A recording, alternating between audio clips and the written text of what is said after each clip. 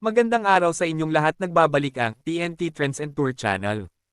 Ayon sa Pep News ngayon, Sugar Mercado confirms past relationship with Willie Revillame. Kinumpirma ni Sugar Mercado na nagkarelasyon sila ng TV host na si Willie Revillame sa loob ng 7 taon.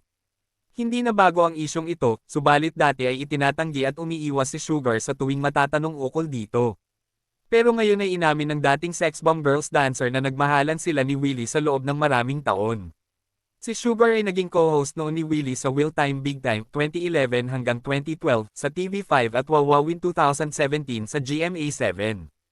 Ginawa ni Sugar ang pag-amin sa YouTube interview sa kanya ni OG Diaz na in-upload noong March 28, 2025, Biyernes.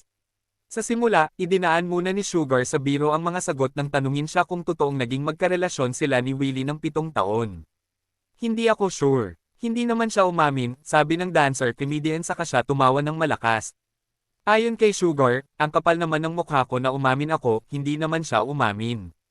Hindi ako sure. Baka mamaya nagbonding lang kami, ni-rephrase ni OJ ang tanong kung sa pagkakaalam ba ni Sugar ay naging sila ni Willie sa loob ng 7 taon.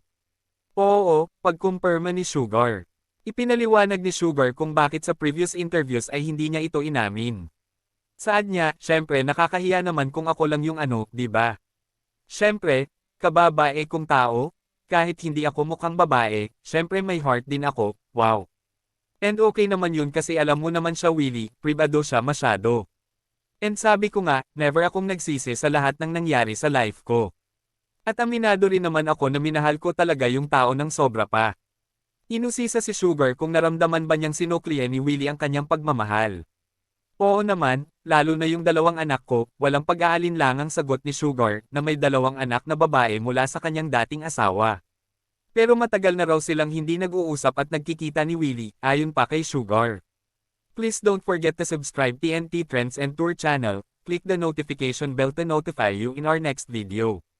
Please like and share and comment down below. Thank you for watching.